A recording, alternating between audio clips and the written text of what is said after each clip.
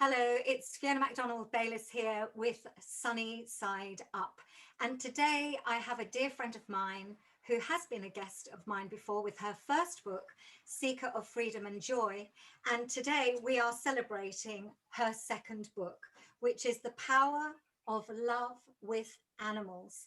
Now, I know you can see her, but I'm going to read out a couple of things that really moved me because the dedication is this book is lovingly dedicated to all the voiceless species who have much wisdom and love to share with animals. And this is a quote from Deborah's book at the very beginning. When I look into my animal eyes, I see their soul. When I hug my animal companion, I feel our hearts become one. When I see my animal companion suffer, I feel their pain. When I see my animal companion not respected, I feel them disempowered. We are all one, by Deborah A. Lansdowne. How amazing is that? Thank you, Deborah, for coming on to talk to us about your new book, your epic journey. I'm so thrilled for you. And you've just, when I was looking and reading about it, it's this epic journey that you've been on, and there's so much we can go to and talk to, but I just would love to know what inspired you to write this book. Well, first of all, one of my animals had died, and he came to me when he was passing. He wasn't with me, he was with a friend of mine. She was looking after him while I was on holidays, and she said he wasn't well, but he was okay, and I didn't need to rush back home. A week later, he came to me and said, I've not forgotten you, I love you, and I'll always be with you. And I was sitting in my caravan, lying on the bed thinking, what was that voice that just came in my head? And then I realized I felt his energy around me, and I thought, my God, that's my dog. So my friend rang and said that he's passed away. And I said, yeah, I know. And she said, how do you know? And I said, well, he came to me and told me. So that was the beginning of me communicating with animals. And then after my first book, I was told that I would need to write this book, and all the animals that I've had connections with in rescue, in loving companion relationships, have all come to me and have all had messages for me. And when I've been traveling, I've also had lots of animals come to me with messages, and I can hear them. So my psychic abilities did become expanded at some point when I did some interspecies communication training, but I was having events happen to me before that. So, and they all said, you must share our messages. It's really important on the planet right now to share the messages, because people need to know how to live in peace and how to live with all these other species that don't have a voice. It's for you to do this. You're the voice for us. So yeah, that's what happened. And so I was on my journey. Well, I mean, that's so profound. And, you know, what really strikes me is, you know, when we choose to have a pet, we actually contract with them until they pass over, because usually their lifespan is less than ours. And I know so many people, including myself, that have been grief stricken when a companion that we love passes over.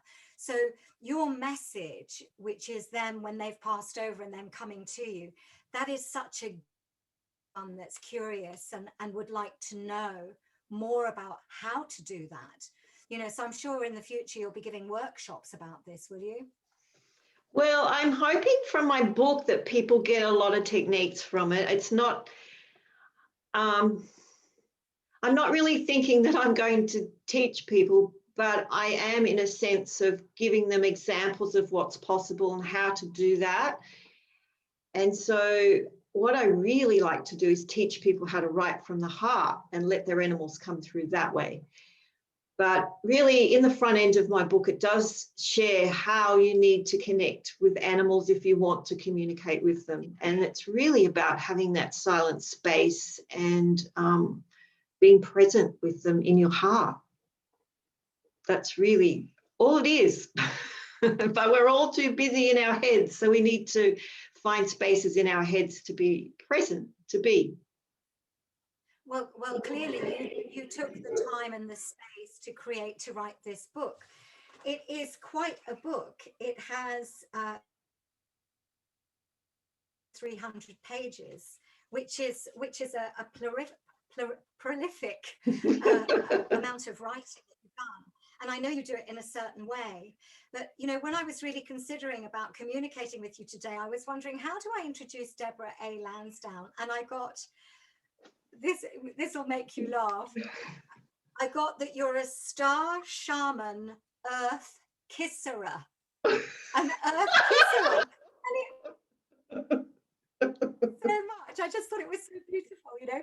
You're a star shaman earth kisserer. Because I know that you're not from this planet, and neither am I. You know, we're from elsewhere, aren't we? We've come at this time to contribute to the earth. But what I would love you to do now, I remember you telling me stories about you walking and sounding, for example. You were sounding. I mean, I know that we both do that. And I remember you turned around and you saw a snake next to you. I remember when all the cows in the field came towards you. That's not even talking about the power sites and the energy sites that you've been to in the world and the crystal and the stones. But out of everything that you have written about, what one can you share with us that really touches you the most? Profound insight or connection that you've had that would inspire you to tell us? I guess the dolphins have told me a lot of things that have been profound, and then I've connected with the trees and they've given me extraordinary knowledge about how they hold the energy on the planet with the dolphins and the whales. I mean, there's so many. There's my own companion, Mandy, there was Charlie. They all have given me extraordinary wisdom to share with people and to share with me to help me on my growth, my journey here on earth to find my way and my purpose. So that's a question I wouldn't be able to answer in one package. They all have special. So one thing, so if you were to sum everything up with all the creatures and the crystals and everything that you have, I know it's a big question, but in summation, what would you say their message is to us?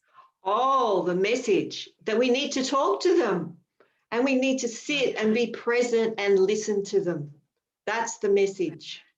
We need to listen to them. They all have wisdom. They all have intelligence, and we're just not listening. And they have so much wisdom to share so that we can live on this planet. But they're sharing wisdom to help us remember what we have done in the past with them. We've all forgotten. And so, yeah, they're here as our companions to help us, support us. Beautiful. Well, so how can someone purchase your book? Well, on my website, heartjourneyswithdeborah.com, I have a shop there. They can purchase the book, and there's a special at the moment to purchase my first book and my second book. The first book was about relationships with your family, family, your body, your mind, and your soul, and nature. And this one is about relationships with many species on the planet, including Mother Earth. So, yeah. Beautiful. Well, so you know where to go to get this extraordinary book, this epic journey, I'm calling it. It's an epic journey by Star Shaman Earth Kisserer.